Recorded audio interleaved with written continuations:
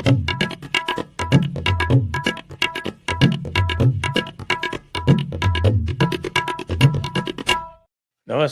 आप सभी का स्वागत है और आज हम कुछ बात करेंगे जो एक ग्लोबल मेल्टडाउन सा हो रहा है, सनातन धर्म के विरोध में या भारत के विरोध में। और हमारे साथ हैं जो गरुड़ पब्लिकेशंस के अधिष्ठाता संक्रांत सानू जी, और वो रोज़ ही इस समस्या से जूझते हैं क्योंकि उनका एक पैर यूएस में रहता है, एक पैर यहाँ भारत में रहता है। तो संक्रांत जी, आपका स्वागत है आज के इस कार्यक्रम में। मैं आपसे ये पूछना चाहता हूँ कि साहब, वैसे भी आपको पता है कि सनातन धर्म का विरोध आज से नहीं, कोई कई सैकड़ों सालों से चल रहा है। और ये तो मैं कहूँगा कि इसकी तो चर्च को कम से कम इसकी तो शाबाशी देनी चाहिए कि उन्होंने जो खतरा था वो बहुत पहले भांप लिया था। लेकिन अब जो है वो खतरा भांपने के बाद भी उस खतरे को वो समाप्त तो कर नहीं पाए।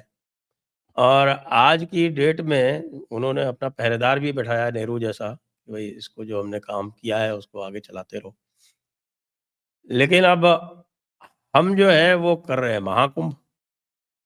आज ही मैंने एक वीडियो डाला था, उसमें बताया था कि भई 1954 में महाकुंभ जो पहला कुंभ, पूर्ण कुंभ हुआ था प्रयागराज में, तो नेहरू जी के सौजन्य से उसमें 3000 लोग मरे थे।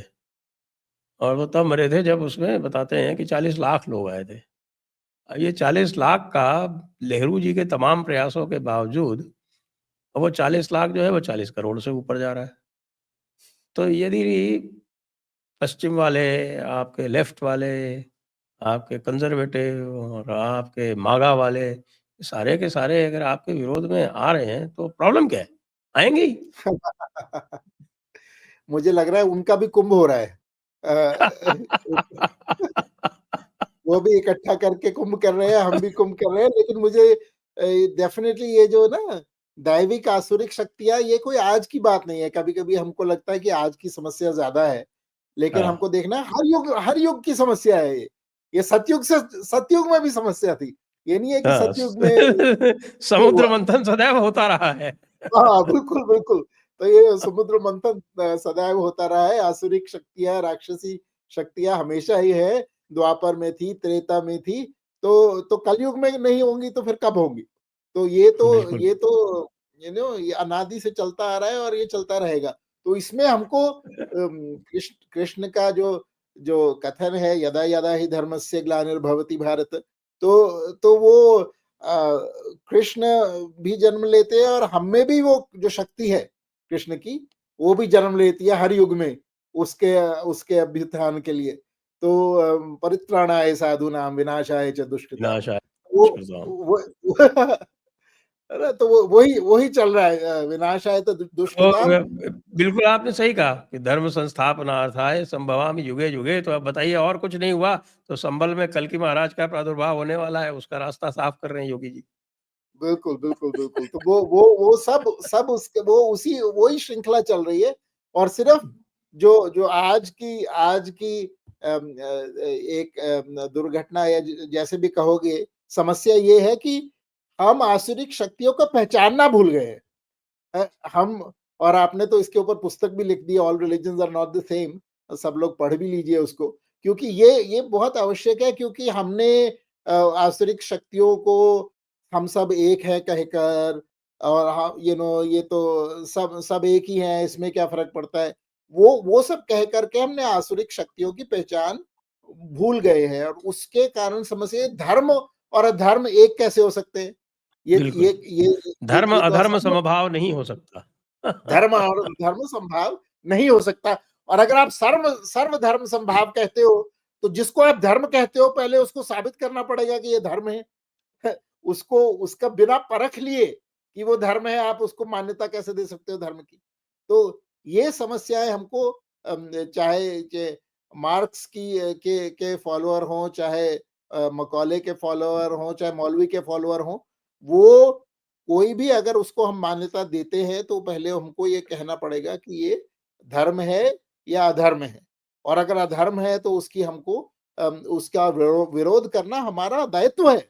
उसको केवल यही नहीं कि विरोध करना चाहिए, वो विरोध करना हमारा दायित्व है, जिसमें जागरूकता आती है, वो विरोध करे और महाकुंभ तो हो रहा है और उसमें जैसे मैंने कहा आसुरिक शक्तियों का भी महाकुंभ हो रहा है, वो तिलमिला रहे हैं, मागा वाले तिलमिला रहे हैं H1B के ऊपर और फिर ये वाले लेफ्ट वाले तिलमिला रहे हैं कि उनके जो सबसे चहेते हैं, उनको ग्रूमिंग गैंग बोल दिया, तो उनको बहुत परेशानी हो रही है कि ये तो हमारे तो सबसे करीब हैं, निकट हैं, उनको ग्रूमिंग गैंग क्यों बोल दिया, तो वो उसपे परेशान हो गए हैं अब। और टुस्के जी अपनी ट्वीट करती रहती हैं, तो खूब खूब ट्रूस ट्रूस्के जी को तो उनकी यूनिवर्सिटी सीरियसली नहीं ले रही, मैंने सुना। नहीं खैर वो तो इतनी इतनी बड़ी डेमो गैग है जिसको आपने प्रोफेसर का दर्जा दे दिया। तो ये भी अजीब ही बात है लेकिन मुझे लग रहा है कि मंथन चल रहा है संजय जी। एक जो आज की बड़ी बात है कि अमृत निकलेगा तब निकलेगा, लेकिन मंथन चल रहा है ये इसमें कोई संदेह नहीं है। करेक्ट, पूंछ पकड़ी हुई है बिल्कुल सही। वासुकी की और दोनों तरफ से खींचातानी चल रही है, तो वो खूब मंथन होगा और इसी मंथन में हम पहले ज़िक्र कर रहे थे ये सब डीईआई पॉलिसीज़ भी उस मंथन के अंदर उड़ रही हैं। धीरे-धीरे वो ज़ुकरबर्ग की इतनी बड़ी इंटरव्यू आ गई, आप लोगों ने देखी नहीं देखी, उसके ऊपर रोगन के साथ जो रोगन के साथ, जिसने उसने अभी तक तो ये पूरा इसको लेफ्ट कैंप में, डेमोक्रेट कैंप में बोलते थे ज़ुकरबर्ग को, उसने तो कहा नहीं बाइडेन ने तो बहुत हम पे दबाव डाला, हमारे सेंसरशिप किया, ये किया, उनका रोज़ कॉल आता था, हमारा तो हम तो बहुत प्रताड़ित हुए हैं। वो पूरा उसने रोना-धोना शुरू कर दिया है कि वो अपनी रीओरिएंटेशन में, यहाँ तक कि उसने फैक्ट चेक भी बंद कर दिया। उसने कहा कि फैक्ट चेक जो हमने फैक्ट चेकर्स भी रखे हैं, उनको ऊपर भी क्या भरोसा करें। उन्होंने ही बोला था कि हंटर बाइडेन की जो जो लैपटॉप है, वो तो रशियन डिसइन्फॉर्मेशन है, वो फैक्ट चेकर बता रहे हैं। अब वो फैक्ट तो ये है कि वो फैक्ट नहीं था कि वो रशियन डिसइन्फॉर्मेशन है। तो अब कौन फैक्ट चेक करेगा? तो वो भी कम्युनिटी नोट्स पे आ गए हैं। वो भी इलॉन का एक्स को फॉलो कर रहे हैं। तो काफ़ी काफ़ी चीज़ें मुझे लग रहा है मंथन में हमारा निकलेगी। हमारा रेज़िडेंट फैक्ट चेकर जो है उसकी भी हालत ख़राब है, वो बेचारा जो है अपनी जान बचाता घूम रहा है। चिड़ियाघर या का भालू। बिल्कुल, बिल्कुल, बिल्कुल, बिल्कुल। उसको उसको एलके क्या बोलते हैं, वो तो नहीं बोलना चाहिए। एलकेएफसी। एलकेएफसी हाँ। एलकेएफसी तो नहीं बोलना चाहिए, लेकिन क्या है कि सबसे मज़ेदार बात है कि वो फैक्ट चेकिंग में आप कितना प्रोपेगेंडा डाल सकते हो, ये भी बहुत अच्छी स्टडी कर सकता है कोई एकेडमिक स्टडी, कि आप किस तरह से करो। जैसे कहो कि बांग्लादेश के हिंदुओं के खिलाफ क्यों कुछ नहीं हो रहा, कैसे कहो आप 100 इंसिडेंट हुए कोई बात नहीं, आप एक इंसिडेंट पकड़ो जिसका वीडियो पुराना था या एक इंसिडेंट पकड़ो जो जो आप कहो कि नहीं हुआ, ठीक है? और उससे आपको जो 100 है उनको आप दबा दो और एक एक के भरोसे कह दो देखो ये तो सब फेक है। तो बहुत बहुत सिंपल स्ट्रैटेजी है फैक्ट चेक की, कि आप उसको डिसइन्फॉर्मेशन का बहुत बड़ा हिस्सा बना सकते हो फैक्ट चेकिंग का और इनसे हमको सीखना चाहिए ये सब एलकेएफसी वगैरह से कि क्या बढ़िया फैक्ट चेकिंग की है इन्होंने। तो चल रहा है, मंथन चल रहा है, विष भी निकलेगा, अमृत भी निकलेगा, ये स्वाभाविक है ना? तो वो उसके लिए हमको तैयार रहने की आवश्यकता है। देखिए, जब महाकुंभ का आरंभ हुआ था, तो एक केस स्टडी ले लेते हैं अखिलेश यादव की। जी। और अखिलेश यादव का पूरा इकोसिस्टम कभी एक्स को कोट करके, कभी वाई को कोट करके, कभी अम्बेडकर को कोट करता था, कभी गौतम बुद्ध को कोट करता था और ये बताता था कि साहब की जो है पाप नहीं धुलते महाकुंभ हुँ। में जाने। कोई कह रहा था कि साहब के जिनके पाप होते हैं वही जाने धोने धोने जाते हैं। जी, जी, जी। उसके बाद लोगों ने उसकी फैक्ट चेकिंग कर दी अच्छा। और ये बताया कि साहब की जो हज और जो कन्फेशन होता है वो केवल पाप के लिए ही होता है। हाँ, हाँ, लिखा हाँ। हुआ है किताबों में। हाँ, हाँ, तो हाँ। वो बैप्टिज़्म फैक्ट भी चेकिंग हो गई। हुँ। हाँ, और उसके बाद फिर और जब देखा कि साहब 5.5 करोड़ लोग आ गए और उसमें कहीं भी कोई भेदभाव नहीं दिख रहा, हुँ। कहीं कोई घाटों पर कोई जाति नहीं पूछ रहा, अखाड़ों में साधुओं का जो वो सब चल रहा है उसमें कहीं कोई पीडीए नहीं हो रहा, ना कोई डीआई हो रही, ना कोई रिज़र्वेशन हो रहा है। ये सब देखने के बाद आज अखिलेश यादव जी ने भी सवेरे-सवेरे अपनी फ़ोटो पोस्ट कर दी कि देखिए मैं भी गंगा जी के डुबकी लगा रहा हूँ। चलो मकर संक्रांति। अभ्युत्थान धर्मस्य तो यही हो गया। धर्म धर्म का नाश तो यहीं से शुरू हो गया, अधर्म का नाश। बिल्कुल, बिल्कुल। तो मुझे तो लग रहा है कि आ गए हैं वासुदेव। और अगर यादवों यादवों में आ गए हैं तब तो वैसे ही वासुदेव आ गए हैं। सबसे बाद में श्राप यादवों को ही मिला था, लेकिन अब मुझे लगता है कि हमारे भाई जो है कृष्ण के तो वैसे ही वंशी हैं, तो उनको उनमें पुनः वासुदेव कृष्ण का वास हो रहा है, तो इससे बड़ी बात क्या है। तो ये जो ग्लोबल मेल्टडाउन हो रहा है हिंदुओं जी, के विरोध में, इसके जी। बारे में आप क्या सोचते हैं और क्या कहते हैं? मुझे लग रहा है 2-3 पक्ष हैं लेफ्ट, इसमें। इस्लाम और इवन फार राइट सारे एक हो हुँ। रहे हैं। और मुझे सबसे बड़ी आपको विडंबना ये है संजय जी, कि ये तीनों जो एक तरह के शत्रु हैं, वो पहले से हमारे को ज्ञात है इनका। लेकिन आज की डेट में जो लेफ्ट है, यूएस में भी मैं अपने एक्सपीरियंस से कह रहा हूँ, वो ज़्यादा हिंदुओं के टॉक्सिकली विरोध में है, क्रिश्चियंस को की तुलना में। क्रिश्चियन राइट फिर भी थोड़ा-सा सबड्यूड है इस विषय के ऊपर।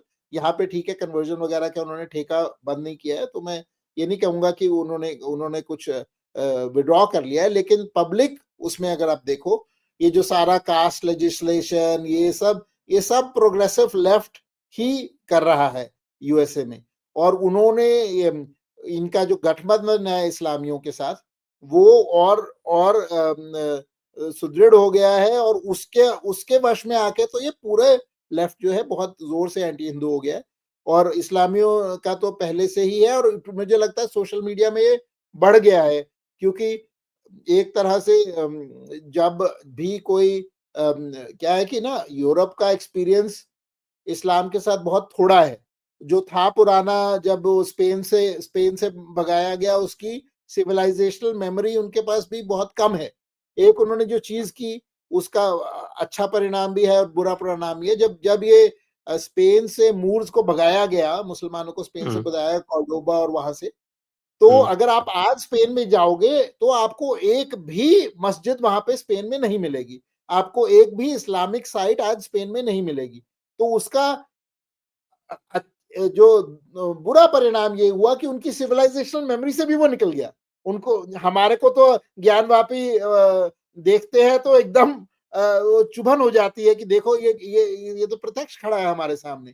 तो एक तरह से ये जो सारी जो रिक्लेमेशन हुई, राम मंदिर हुआ, ये स्थापना हुई, उससे जागृति भी आई धीरे-धीरे। लेकिन जो यूरोप है, वो अपनी सिविलाइजेशनल मेमोरी से उसको निकाल चुका है, जो उसका इस्लामिक एनकाउंटर है। वैसे भी जितना हमारा लंबा और जितना हमारा ऑक्यूपेशन लेवल का एनकाउंटर हुआ, उनका हुआ भी नहीं उतना। उनका कष्टदायक उनका जितना तो हमारा था उतना उसका उतना कष्ट उन्होंने नहीं झेला। उन्होंने नहीं यहाँ झेला। तक कि और उसके न्यू जी, न्यूयॉर्क टाइम्स जो है, न्यूयॉर्क टाइम्स जैसा प्योरली मैं तो कहूँगा कि वो तो इस्लाम और लेफ्टिस्ट कबाल का हिस्सा है।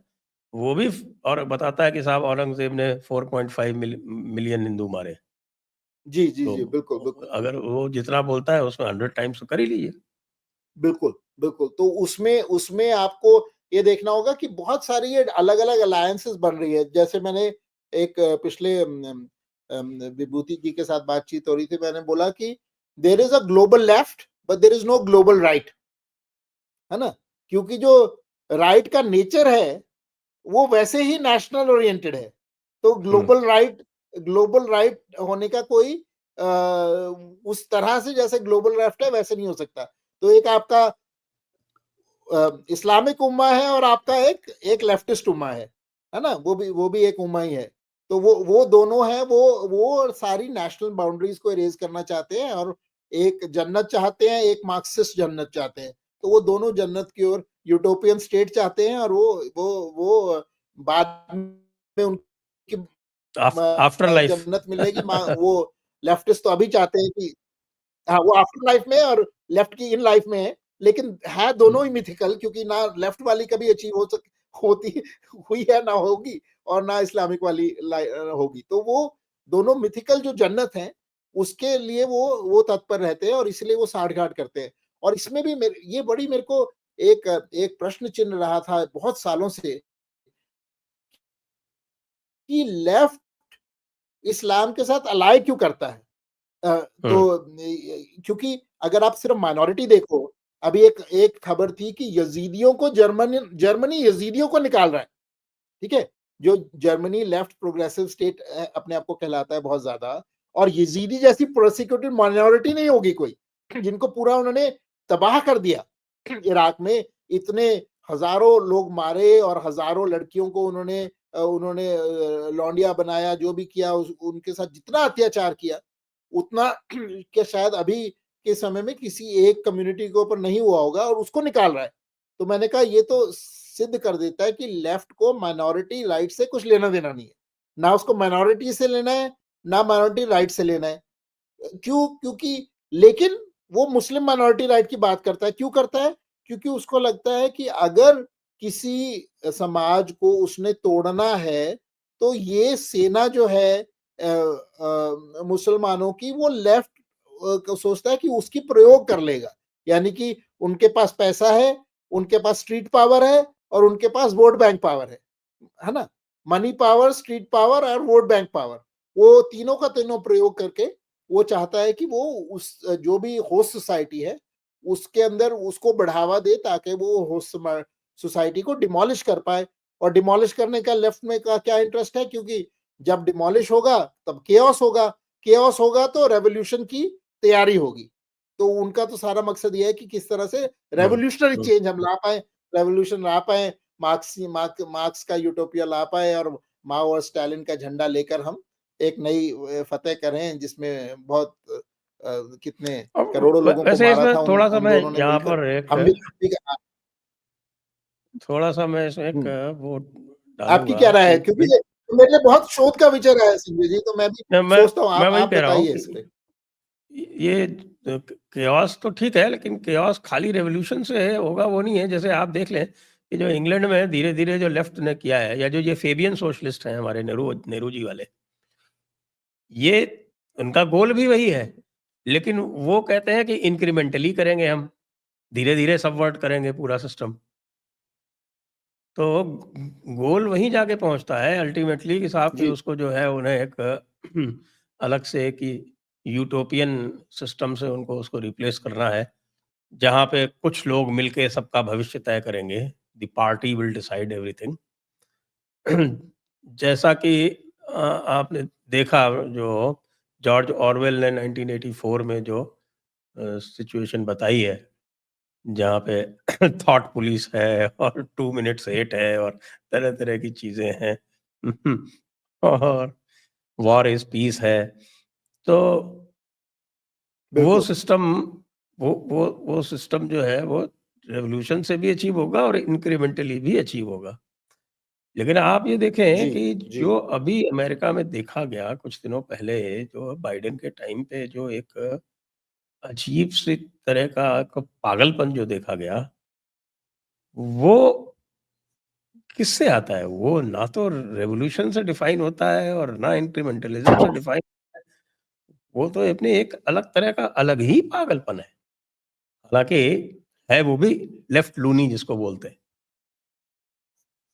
जी, वो भी एक एक और समस्या है, और कुछ तो कहते हैं ये डब्ल्यूईएफ और ग्लोबलिज़्म और उससे उससे प्रेरित है। वो भी फाइनली बॉर्डर डिसॉल्व करने की बात है कि आप कितने 10 मिलियन इल्लीगल इमिग्रेंट्स को आप डाल दोगे एक एक छोटे से समय में किसी देश में, तो वहाँ पे कितना तबाही होगी, कितना केओस होगा, वो तो आप सोच ही सकते हो। तो इतने ज़्यादा लोग उन्होंने डाले हैं, और किस किस कारण से और क्या उनकी सोच है, ये बहुत ही कठिन है। लेकिन वो, जैसे मैंने कहा ना, वो पहनाते हैं इसको, सब चीज़ों को, अपनी आइडियोलॉजी को ह्यूमन राइट्स का निकाब। हुँ, ह्यूमन राइट्स के बुर्के में आता है ये जो पूरा इनका इनका जो सिलसिला है, लेकिन ह्यूमन राइट्स से इनको कुछ लेना-देना नहीं है। अगर ह्यूमन राइट्स से लेना-देना होता, तब ये बांग्लादेशी हिंदुओं के ऊपर बोलते। अगर ह्यूमन राइट्स से लेना-देना होता, तो ये यज़ीदियों को नहीं निकाल रहे होते, है ना? तो इनका मकसद कुछ और है, लेकिन वो बात कुछ और करते हैं। तो इसमें और दूसरी बात, ये जो इल्लीगल इमिग्रेंट्स का इश्यू है, ये काफ़ी हद तक इलेक्शन को भी इफेक्ट किया है, क्योंकि इलेक्शन में डेमोक्रेट्स अपने आप को बोलते हैं कि हम गरीबों की और अंडर प्रिविलेज की पार्टी है, लेकिन ज्यादातर गरीब लोगों ने तो रिपब्लिकन्स को वोट किया। वो क्यों? क्योंकि अगर इलीगल और हिस्पैनिक्स ने काफी मात्रा में रिपब्लिकन को वोट किया, जबकि लोग कह रहे थे आप एंटी इलीगल इमिग्रेशन हो और उसमें बहुत सारे हिस्पैनिक लोग हैं, तो हिस्पैनिक की वोट आप खो दोगे। लेकिन असल में उल्टा हुआ। वो क्यों? क्योंकि जो सबसे ज्यादा थ्रेट है इन इलीगल इमिग्रेंट्स का, वो तो गरीब लोगों पे है। जो जो इलीगल इमिग्रेंट आता है, वो मैनुअल जॉब करेगा, वो आपका लॉन मोइंग करेगा, वो आपका वेटरेसिंग करेगा, वो जो सारी जो वेजेस जो इफेक्ट होंगी, वो गरीब लोगों की इफेक्ट होंगी। वो जाके सिलिकॉन वैली में नहीं बांट रहा है इलीगल इमिग्रेंट, उनकी तो पूरी चेकिंग होगी कि भी क्या आपकी वर्क ऑथराइजेशन है, ये मल्टीनेशनल में भी नहीं जा सकता, उसमें भी चेकिंग होगी। तो ये जो सब मीनियल लेबर जॉब्स है, हार्ड जॉब्स हैं, उसमें आपके इलीगल्स जा रहे हैं, और उसमें सबसे ज्यादा जो जो जो गरीब लोग हैं उनको सबसे ज्यादा असर पड़ रहा है। एक बात। दूसरी, जब हिस्पैनिक कम्युनिटी है जो लॉ अबाइडिंग अमेरिका में रह रही है, बहुत सारे बाहर के क्रिमिनल एलिमेंट वेनेजुएला से, यहाँ से वहां से आएंगे, तो आप आपकी कम्युनिटी में आएंगे वो, और आपकी कम्युनिटी को उसका उसका असर पड़ेगा, है ना। आपकी आपकी लड़कियों के ऊपर असर पड़ेगा, आपकी आपके लड़कों पे असर होगा, गैंग्स में जाएंगे। तो जो हिस्पैनिक कम्युनिटी है वो भी उसने इसको रिजेक्ट किया। तो मुझे लगता है ये सब कंबाइन होके आए। लेकिन तीसरा जो मैंने कहा सबसे महत्वपूर्ण जो बात हो रही है, वो ये है कि अ, ये डीईआई पॉलिसी अब थोड़ी सी डोल रही है, और ये भी हम्म काफी हम्म कॉर्पोरेट हम्म ने पुश किया था, ब्लैक रॉक और इनकी फंडिंग से। उन्होंने एक क्राइटेरिया बना दिया कि कॉर्पोरेशंस को ये मात्रा में डीईआई करना पड़ेगा, लेकिन बहुत सारी अब कंपनियां डीईआई प्रोग्राम्स को अपने बंद कर रही हैं, ठप कर रही है। और उसकी पूरी आप लिस्ट देख सकते हो कि पूरी की पूरी लिस्ट है ऐसी, जो इन्होंने डीआई जिन्होंने अब अपनी रोक दिया। मैं बल्कि ग्रॉक से पूछ रहा था कि किन किन कंपनियों ने रोका। हाँ। वॉलमार्ट ने वॉलमार्ट ने डीईआई सेंटर रोक दिया, फोर्ड ने डीईआई कर दिया, टेक के अंदर भी पुल बैक हो रहा है। तो मुझे लग रहा है कि अभी गूगल है अभी पूरा लेफ्ट की ओर, लेकिन बाकी सब कंपनी धीरे धीरे इसको रिव्यू कर रही है कि कैसे आगे चलना है। हाँ, लेकिन भारत में तो it is getting ever stronger. हमारे जो है वो राहुल गांधी जी तो कहते हैं कि साहब की सारी कंपनीज के सीईओ जो हैं वो यहीं से होने चाहिए, हाँ भाई, डीईआई वालों से। अपनी कंपनी में आपने एक वो किया, लेकिन आप परसेंटेज तो बता दो। अपनी कंपनी में जो डीईआई वाला बैठा रखा है, उसके पास कोई पावर नहीं है, वो सिर्फ शो हाँ हाँ, पीस है। बिल्कुल बिल्कुल बिल्कुल, उसको आपने मुखौटा बना रखा है। ठीक है, पावर आपने खुद ले रखी है। और उसमें और वो भी खूब प्रिविलेज्ड है। आई मीन उनकी उनकी जो जो नेट फाइनेंशियल वर्थ है और वो सब आप देखोगे, हाँ तो हाँ वो हाँ, इतना वो कोई पाँच प्रिविलेज छह तो। हजार करोड़ है। हाँ हाँ, बिल्कुल बिल्कुल बिल्कुल। तो वो तो 0.0001% में भी कैटेगरी में नहीं आती। तो जितनी आबादी उतना हक, तो ये नहीं हुआ। और दूसरा, जितनी आबादी है, ये नो ये साउथ वर्सेस नॉर्थ कुछ ना कुछ करते हैं, उस सब में वो जितनी आबादी उतना हक भूल जाते हैं। मैं कह रहा हूँ अच्छा, बहुत अच्छा बात है, जितनी आबादी उतना हक। हिंदुओं को भी तो वो 2%, वो बाकी सब स्कीम्स बंद कर दो, या उसी परसेंटेज में दो। जितनी आप माइनॉरिटी स्कीम्स चल रहे हो, उसी परसेंटेज में हिंदुओं को दे दो, जितनी आबादी उतना हक हो जाएगा, है ना। और फिर आप साउथ के स्टेट्स के उधर से क्यों कंप्लेन कर रहे हो कि वो हमारे को कम। अभी कल परसों इनका ट्वीट आया था कर्नाटक का मिनिस्ट्री का, या तमिलनाडु में आता रहता है कांग्रेस के उनका, कि देखो हमारा रिसोर्सेज नॉर्थ पे जा रहे हैं। अभी तो कह रहे हो जितनी आबादी उतना हक। अब तुमको आबादी से प्रॉब्लम, अब तुम्हें प्रॉब्लम हो रही है आबादी से, यू नो। तो ये फंडामेंटली कॉन्ट्रडिक्टरी है ये, जो इनकी इनके सिस्टम है। लेकिन फाइनली इंडिया को भी डीएआई को किसी तरह से रोल बैक करना पड़ेगा। और मुझे लगता है कि भारत में जब चेंज आता है, सच में वो जागरूकता से आता है। और हमारे जो दलित ओबीसी भाई है, वही एक तरह का इनिशिएटिव लेंगे, जिससे ये चीजों का एक दूसरी दृष्टिकोण से देखा जाएगा। तो मुझे लगता है भारत में तो उसी तरह से होगा, क्योंकि भारत में या अगर आप देखो, एक मजेदार बात है कि हम महात्मा फुले की बात करते हैं, ठीक है? लेकिन आप जो जो नारायण नारायण गुरु हैं, श्री नारायण गुरु हैं, उन्होंने जितना सिग्निफिकेंट काम किया एक्चुअली में कम्युनिटी को का स्टेटस चेंज करने के लिए, उनमें शिक्षा लाने के लिए और चीजों करने, शायद किसी ने नहीं किया होगा, लेकिन उनकी जिक्र नहीं करते। क्यों? क्योंकि उन्होंने हिंदू धर्म की आस्था रखकर उसको आगे बढ़ाया, है ना? तो इसलिए उनका चाहे सबसे महत्वपूर्ण कारण हो, लेकिन आपने उसको किनारे कर दिया। लेकिन जो आपका एजेंडा को, मिशनरी एजेंडा को और उसको आगे ले जाता है, उसको आपने महात्मा बना दिया। तो ये सारे के सारे एक तरह की ताकतें हैं हमारे इतने इतने। और दूसरी बात, ये जो भीम मीम वाला किस्सा है, उसमें भी जो बहुत स्ट्रीट पावर है, वो हमारे दलित भाई ही हैं, वो जो सबसे ज्यादा स्ट्रीट पावर रखते रहे हैं इसको काउंटर करने के लिए। तो उन्होंने कहा कि उनको कैसे अपनी तरफ अप्रोप्रिएट किया जाए, जबकि हमको पता ही है जोगिंदर मंडल की कहानी, जब वो वहां पहुंच गए थे और उनको भाग कर आना पड़ा था तो पाकिस्तान आज भी देख रहे हैं ना, आज भी जो बांग्लादेश में हमारे सामने हो रहा है, और जी बांग्लादेश में जो भी हिंदू पॉपुलेशन है, उसमें 75-80% तो वही है जिनको भारत में दलित कहा जाता है।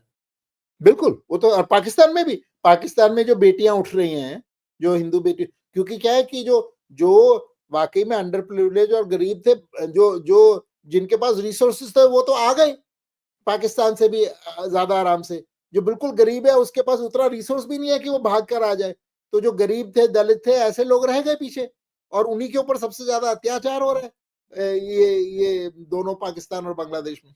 तो वो तो इनका वैसे ही, ये मीम भीम इसलिए करते हैं क्योंकि अल्टीमेट एम है कंप्लीट डोमिनेशन। अल्टीमेट एम है, जो मीम भीम कहते हैं, वो भीम का कत्लेआम ही है।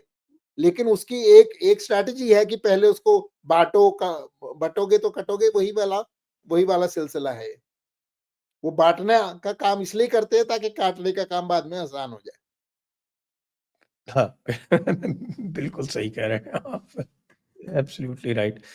तो गोइंग फॉरवर्ड, ये ट्रम्प एडमिनिस्ट्रेशन जब आएगा, उसके बाद आप क्या देखते हैं? क्योंकि एलन मस्क ने जो एक तरह से जो काम वो कर रहा है, वो तो एक इपॉक मेकिंग काम कर रहा है वो। ऐसा लगता है कि जो लेफ्ट के जो फंडामेंटल प्रिंसिपल्स हैं, उसके ऊपर वो अटैक करके और उनको डिसमेंटल कर रहा है। He is not ready to accept any idea as progressive, जिसको ये लोग प्रोग्रेसिव कहते हैं और जिसको इन्होंने एक तरह से एक्सियोमेटिक बना दिया था। और एक्चुअली ना, अब मैं एक भारत में बहुत भी बहुत धीरे-धीरे चेंजेस आ रहे हैं। जी। एक बड़ा मजेदार पर्सपेक्टिव देता हूँ संजय जी। अगर आप ये जो टीम देखोगे ट्रम्प की, ये हुँ, लगभग सब वैसे एक्स डेमोक्रेट्स है। See, Trump used to be a Democrat. Trump is an hmm, ex-Democrat. Elon is an hmm, ex-Democrat. Democrats को इसने बोला है कि मैंने इससे पहले सिर्फ डेमोक्रेट्स को फंड किया हुआ है।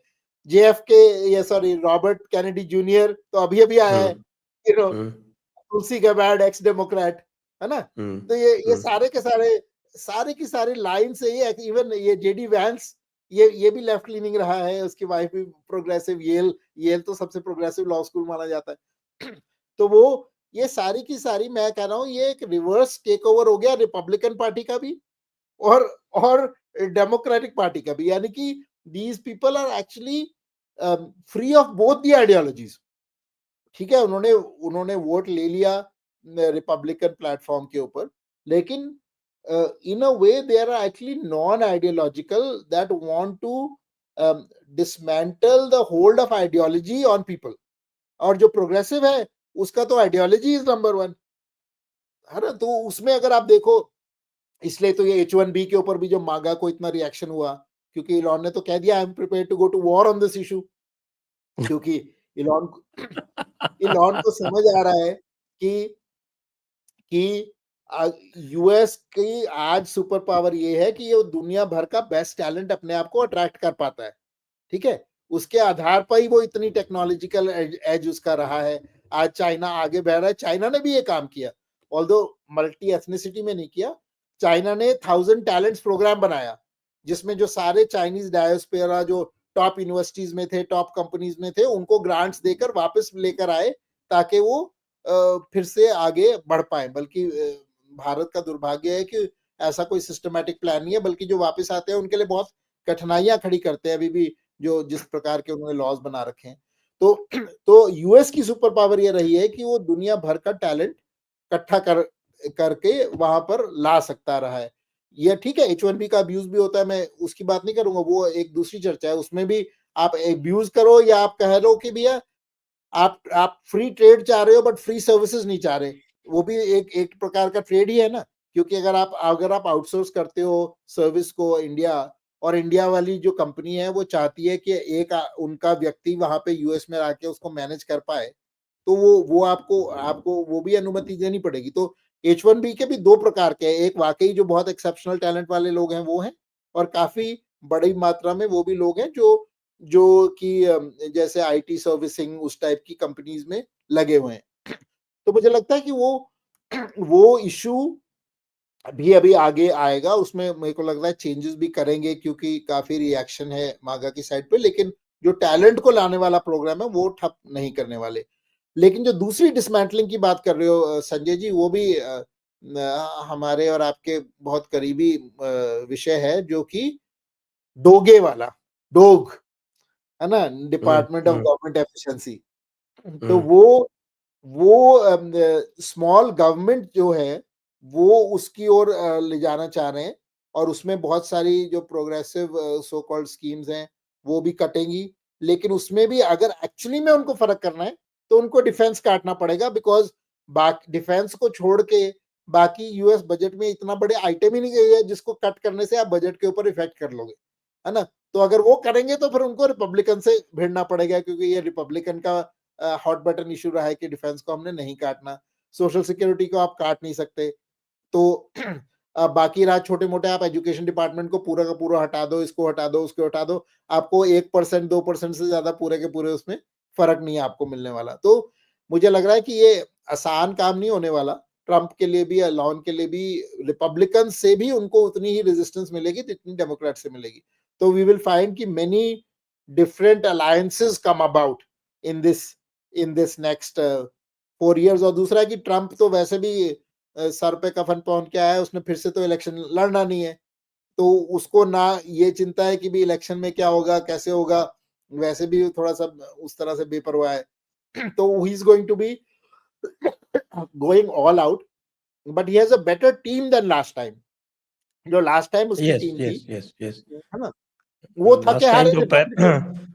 पहले तो उसने सारे जो एस्टेब्लिशमेंट वाले थे वो ले लिए और बाद में उनको फायर करता रहा। बाद में फायर करता रहा, और वो जो जो पुरानी रिपब्लिकन आइडियोलॉजी वाले बंदे हैं और थोड़े एक्सट्रीम, स्टीव बैनन, ये सब उसने इकट्ठे किए थे, फिर बाद में उनको निकाला भी। लेकिन जो ये वाले लोग हैं ये काफी प्रैग्मेटिक लोग हैं, यू नो।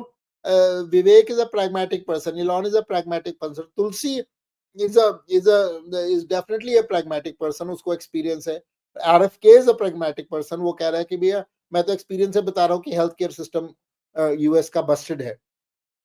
तो वो जो है यूएस का, उसमें ये फार्मा कंपनीज, हम यूएस का पूरा टॉपिक हो जाएगा हेल्थ केयर में बात करने में, लेकिन रिफॉर्म की जहां से बात कर रहे हैं, US spends the most per capita on health care in any country in the world, and it has the lowest life expectancy of any developed country, है ना। तो ये- तो ये clearly it is not helping health, whatever they are doing it is not health care।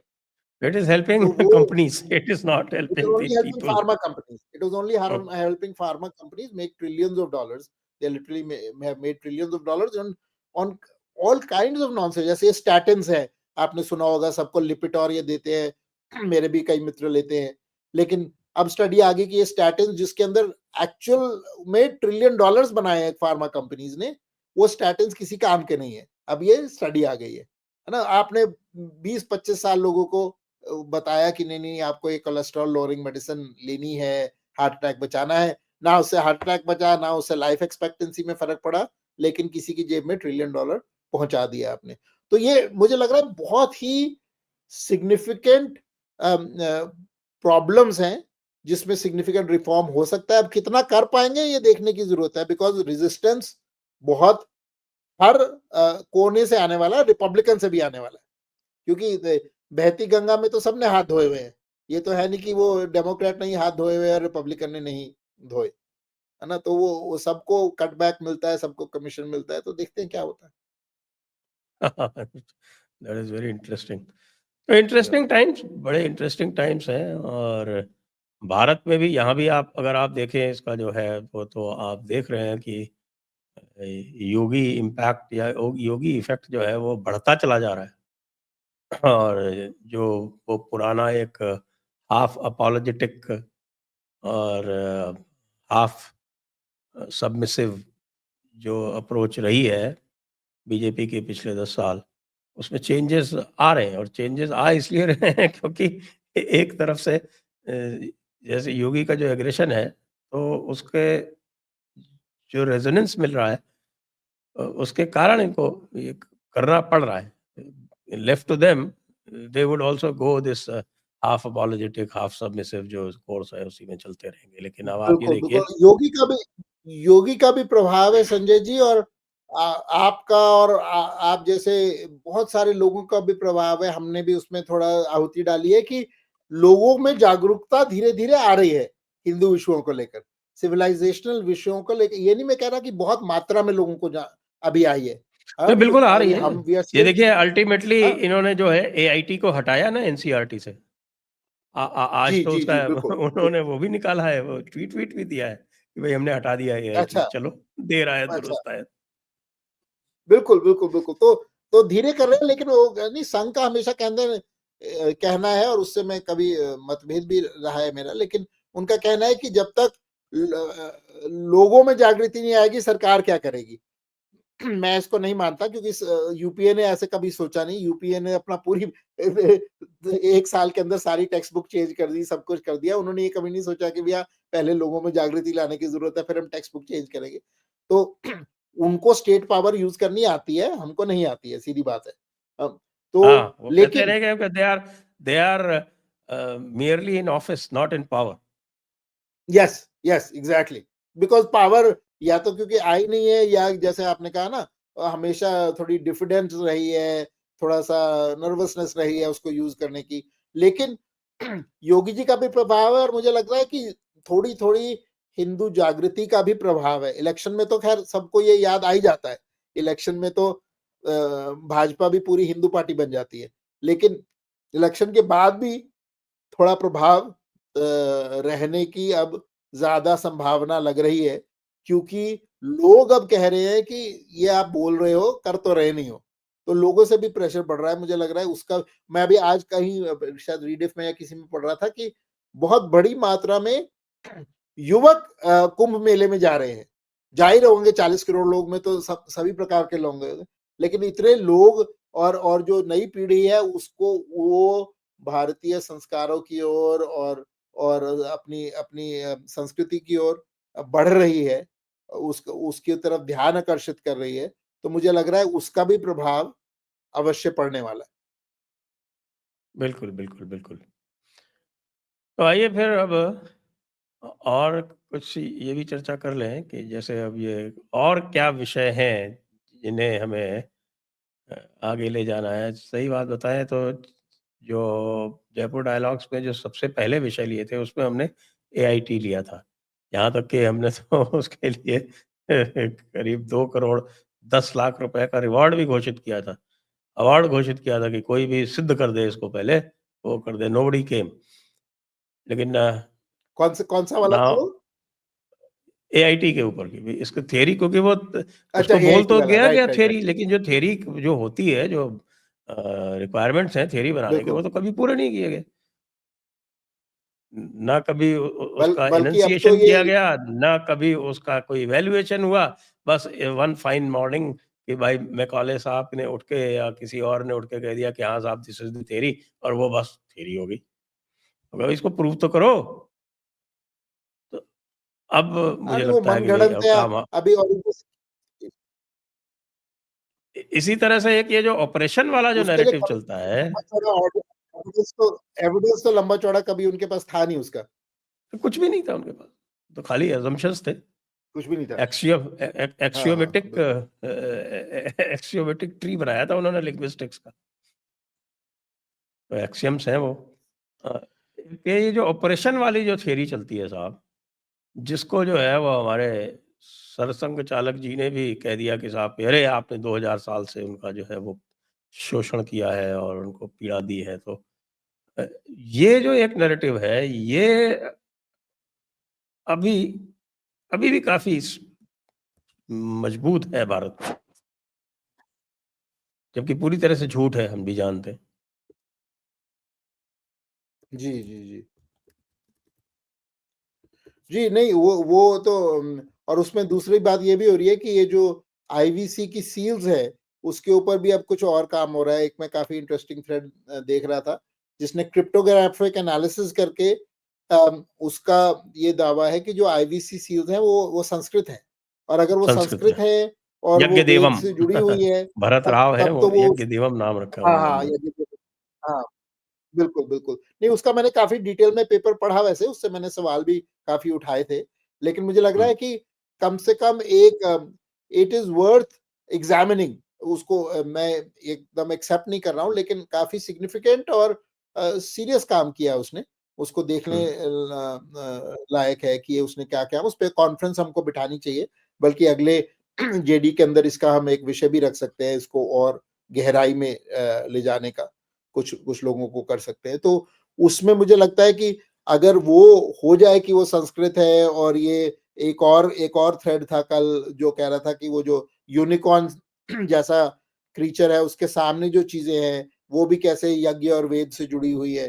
तो तो ये जो कहानी इन्होंने बनाई कि बाहर से आर्यन आए, वो संस्कृत लाए, वो ये सब फायर सैक्रिफाइस लाए, ये किया, वो किया, किसी मिथिकल कैस्पियन, स्टेपीज़, होमलैंड से आए, कहाँ से आए। तो वो सब मुझे लग रहा है वो जैसे आपने कहा वो एक झूठ के ये पूरे के पूरे टावर के ऊपर ही टिकी हुई है, तो जैसे-जैसे नीचे से ईंटें निकलेंगी, वो पूरा का पूरा ढाँचा गिरने वाला है। उसमें उसमें कोई तथ्य नहीं है। तो वो भी काफ़ी महत्वपूर्ण होगा बिकॉज़ इनके लिए वो कहानी बहुत आवश्यक थी। उनके लिए कहानी आवश्यक थी कि भैया आप हमको इन्वेडर कह रहे हो, हम यानी कि ब्रिटिशर्स को इन्वेडर कह रहे हो, आप तो सारे ही इन्वेडर हो। सबसे बड़ा उनका कारण उस थ्योरी को चलाने का ये था ना, कि आप भी इन्वेडर हो, सो कॉल्ड अपर कास्ट भी इन्वेडर है, सभी इन्वेडर हैं। ये तो मूल निवासी तो यहाँ बहुत थोड़े थे और उनके ऊपर आपने अत्याचार किया। जो यूरोपियन कोलोनाइज़ेशन की स्टोरी थी बाकी सब जगह, वो उन्होंने इंडिया में लगा दी। वो एक्सटेंड कर दी और बा आप तो कॉलोनाइज़ ही होते रहे हो, हम भी आ गए तो इसमें क्या बड़ी बात है। तो तो ये उनका उनका उसका सबसे बड़ा मकसद था। लेकिन मुझे लगता है कि अब वो युग बदल रहा है और कृष्ण वासुदेव भी आ रहे हैं, तो सब हुँ। मंथन हुआ है। आइए, आज की चर्चा को अब यहीं पर विराम देते हैं। सभी दर्शकों जी, को जी, जी। बहुत-बहुत धन्यवाद सच में एक संक्रांत जी अनाउंसमेंट कर आपको। दूँ वो जी, संजय जी सॉरी टू जी, हाँ हाँ, जी।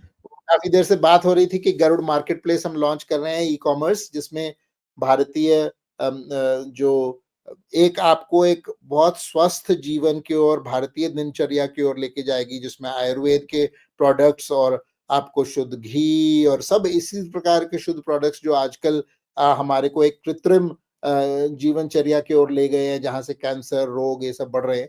लेकिन एक ऐसी एक जगह पर आएँ जहाँ पे आपको उसको अपने जीवन में लाने का अवसर हो तो गरुड़ा बुक्स पे जाइए, गरुड़ाबुक्स.com आज आज बदल भी गया है, नया नया इंटरफ़ेस है और आप इस आपका है ये, तो आप इसके ऊपर हमें टिप्पणी दीजिए और इसको कैसे और इसमें बढ़ा सकते हैं, क्या इसमें डाल सकते हैं? अवश्य बताइए। जी, बिल्कुल। और ये अब अवेलेबल है वेब पे? हाँ, गरुड़ाबुक्स.com पे अवेलेबल है। उसका शायद हम यूआरएल भी चेंज कर देंगे क्योंकि बुक से बढ़ गया है, लेकिन अभी हुँ, गरुड़ाबुक्स.com ही यूआरएल है। ओके। तो पुनः एक बार बहुत-बहुत धन्यवाद आपको संक्रांत जी और आज की चर्चा यहीं पर समाप्त करते हैं। जय हिंद, जय भारत, वंदे मातरम। जय हिंद, जय सिया राम।